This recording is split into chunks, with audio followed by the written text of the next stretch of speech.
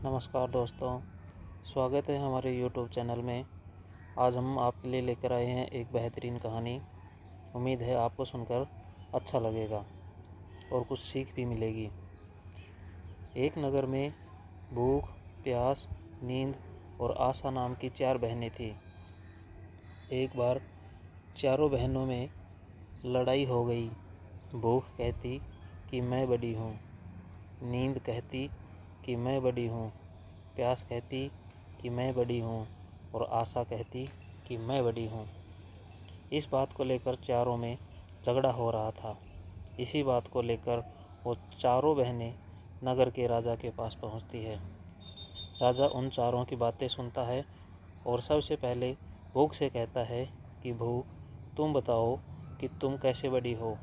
भूख कहती है कि मैं इसलिए बड़ी हूँ क्योंकि मेरे कारण ही घरों में चूल्हे जलते हैं, अच्छे अच्छे पकवान बनते हैं और जब थाली सजा कर दी जाती है तब ही मैं खाना खाती हूँ, नहीं तो खाना नहीं खाती।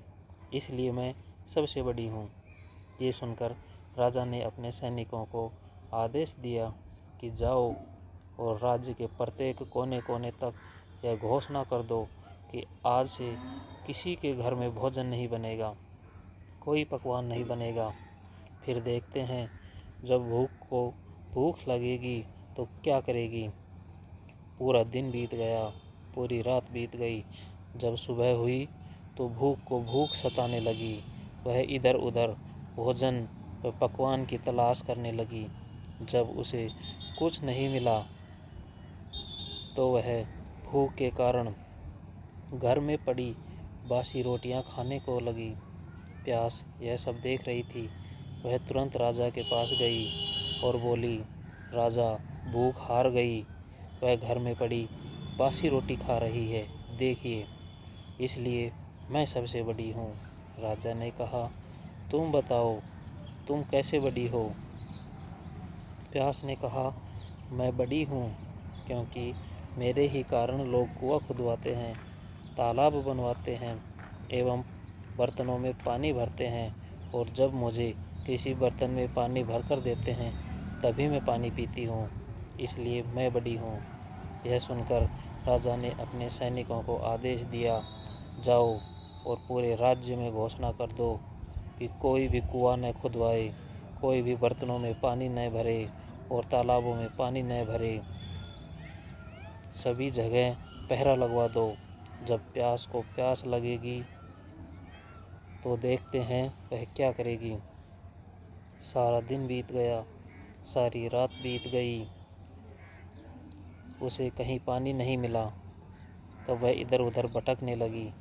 जब उसे कहीं भी पानी नहीं मिला तो वह मजबूर होकर एक गड्ढे का पानी पीने लगी। नींद यह सब देख रही थी। वह राजा के पास जाकर बोली, हे राजा, प्यास हार गई, देखो वह गड्ढे का पानी पी रही है, इसलिए मैं सबसे बड़ी हूँ। राजा ने कहा, तुम कैसे बड़ी हो। तो नींद ने कहा, मैं इसलिए बड़ी हूँ क्योंकि मेरे ही कारण लोग पलंग बनवाते हैं, नए नए बिस्तर बनवाते हैं, और जब नए पलंग नए बिस्तर लगते हैं मैं तभी सोती हूँ, इसलिए मैं बड़ी हूँ। राजा ने अपने सैनिकों को आदेश दिया कि पूरे राज्य में घोषणा कर दी जाए कि कोई भी पलंग न बिछाए और उस पर कोई बिस्तर न डलवाए। देखते हैं नींद को जब नींद आएगी तो वह क्या करेगी।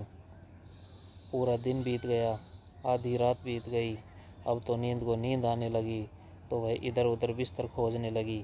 जब बिस्तर नहीं मिला तो वह मजबूर होकर ज़मीन पर ही सो गई। आशा यह सब देख रही थी। उसने तुरंत राजा के पास जाकर कहा कि राजा, नींद हार गई है, वह देखो, वह ज़मीन पर ही बिना बिस्तर के ही सो गई है, इसलिए बड़ी तो मैं ही हूँ। राजा ने कहा, तुम कैसे बड़ी हो। आशा ने कहा, मैं इसलिए बड़ी हूँ क्योंकि लोग मेरे कारण ही काम करते हैं, नौकरी धंधा मजदूरी व्यापार आदि करते हैं, मेहनत करते हैं, परेशानियाँ उठाते हैं, मुश्किलें उठाते हैं, लेकिन फिर भी आशा के दीप को बुझने नहीं देते। राजा ने यह सुनकर अपने सैनिकों को आदेश दिया कि पूरे राज्य में यह घोषणा कर दो कि कोई भी नौकरी ना करे, मजदूरी ना करे, मेहनत ना करे, कोई भी काम धंधा ना करे, कोई भी आशा के दीप को ना जलाए। आशा को जब आस जगेगी तो देखते हैं वह कहाँ जाएगी। पूरा दिन बीत गया, आधी रात बीत गई। अब आशा को जब आस जगी तो वह इधर उधर भटकने लगी, लेकिन चारों तरफ सन्नाटा था। फिर उसे एक कुम्हार एक टिमटिमाते हुए दीपक की रोशनी में काम करता दिखाई दिया। आशा वहां जाकर टिक गई। कुम्हार टिक गई। कुम्हार ने देखा कि उसका दिया सोने का बन गया, उसकी बाती सोने की बन गई, उसकी झोंपड़ी सोने की बन गई, और इस तरह कुम्हार की आशा पूरी हो गई, आशा जीत गई। इसी तरह आप भी आशा का भी हमेशा जलाते रहें, ताकि आपकी भी हर आशा पूरी हो। मैं अपने सभी दोस्तों से आशा करता हूँ कि कहानी आपको अच्छी लगी होगी, तो इस वीडियो को एक लाइक करके चैनल को सब्सक्राइब कर लीजिएगा। धन्यवाद।